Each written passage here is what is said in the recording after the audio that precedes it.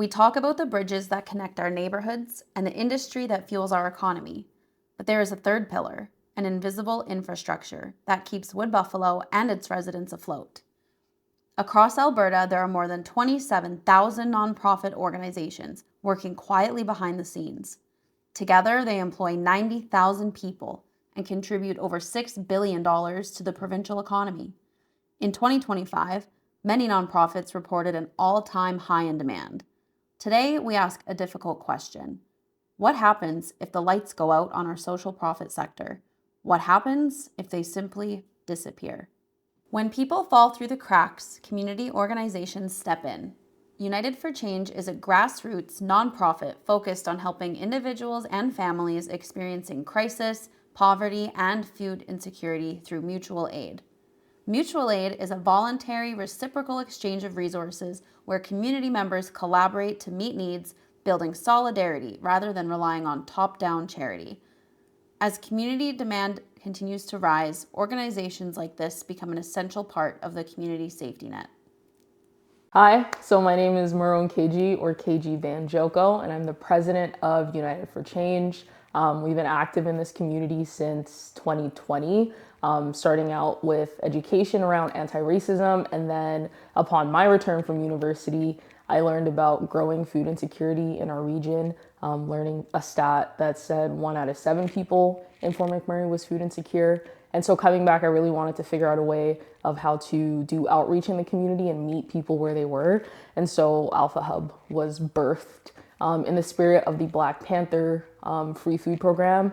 We distribute free hampers to people, toiletries, as well as other household staples. So the way the organization is set up is like United for Change is the umbrella, and we have programs that fall within it, 2 programs principally. So we have our Freedom Hub, which is our political education discussion space, and then we have Alpha Hub, which is our free food program and community outreach. We report to our members that are other community members, and we're not relying on government funding because as it stands now, they're still forcing those nonprofits to chase funds that are being made even more scarce at a time where people need more help than ever. But the truth of the matter is food insecurity is on the rise. Alberta has the highest percentage of people that are food insecure currently. And locally, our numbers are at times higher than the provincial average for food insecure people. I'm Selena.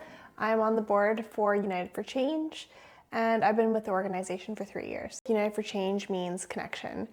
I think it's really important to engage in mutual aid and to be able to put in the actual time and whatever I'm able to give to help support our peers in our community, help people no matter where they're at in their life, like with absolutely no barriers, is it's just important, and it means so much, and it really fosters that deep connection with our peers and our community members. If you want to volunteer with us, you can reach out to us directly through our direct messaging on any of our socials. We've got Instagram and Facebook.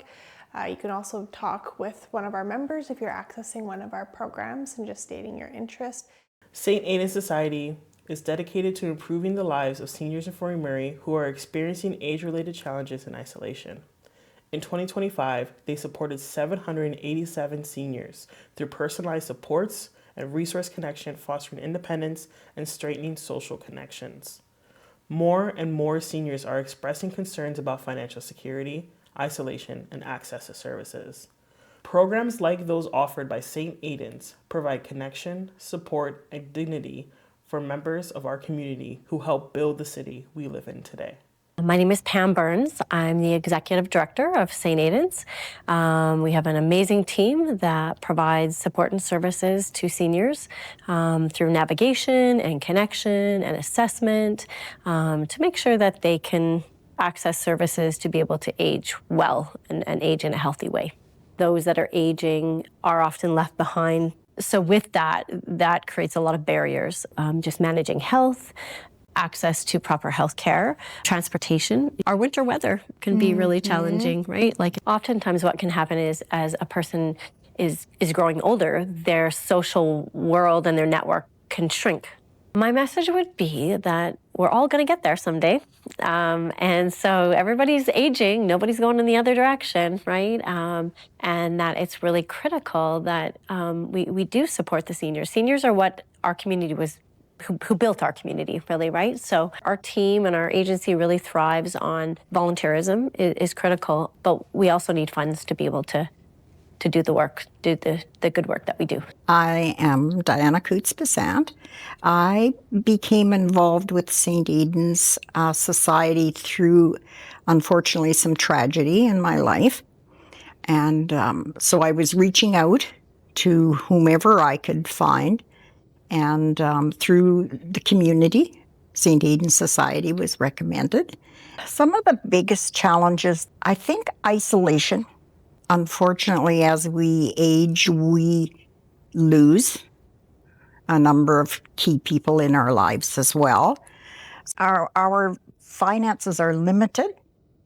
We all thought we were saving enough for retirement, but thought didn't quite meet what's happening these days. St. Aidan's, however, has got a really good handle on how to help all of us. There are so many things available for seniors in this city. It's phenomenal. And to bring that connection for all of us is just, I can't say enough about how excited I am to have been able to be part of St. Aidan's Society. My name's Shalane Peddle. I'm a volunteer at St. Aidan's. There was a trade show and St. Aidan's had a booth, and I signed up for being a volunteer there. We go out for lunch, we grocery shop together. She's had a few instances where she's needed help with things. We've fixed a vacuum. We've built a cart that she can put groceries and things in. My husband has helped out with air in her tires and jump starting a car. I said she's like a second daughter I didn't know I had. We've had lots of fun together. I don't know what I'd done without me these last few months. My favorite thing about St. Aidan's is just simply the people, the connections that through everything that I've been through, it's just made a big impact in my life. Glad I did. Yes, I know. We're so happy together. We really are. The Fort McMurray SPCA has been promoting compassion and respect for animals in our community since 1978.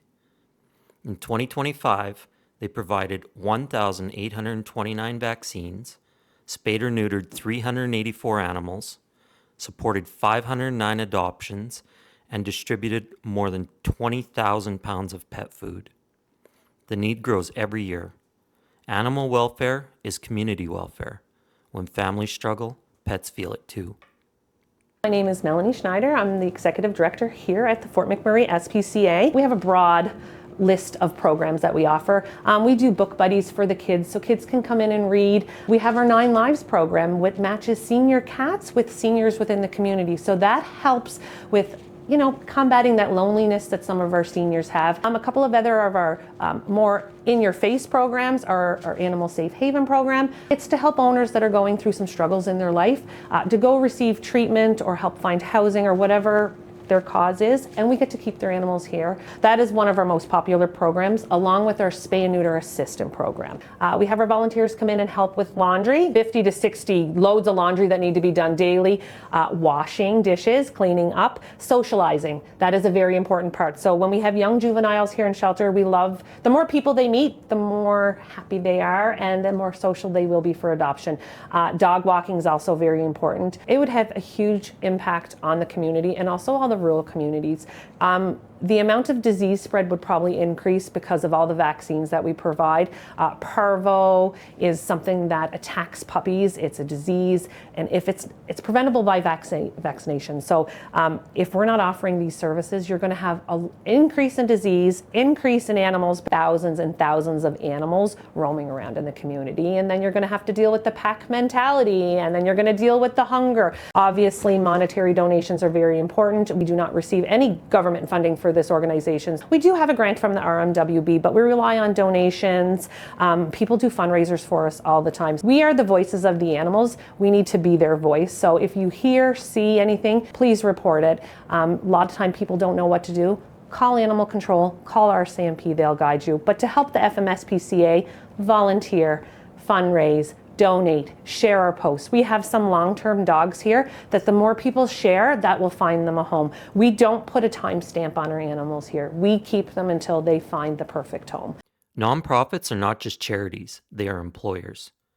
Across Alberta, the nonprofit sector contributes more than $6 billion to the provincial economy and supports thousands of jobs. But their impact goes far beyond economics. They support youth, they care for animals, they help families through crises, they connect seniors to the community. A world without social profits is not just a world with less kindness. It's a world that costs more and breaks faster. Social profits do not exist only because it's the right thing to do. They exist because communities like Fort McMurray cannot function without them.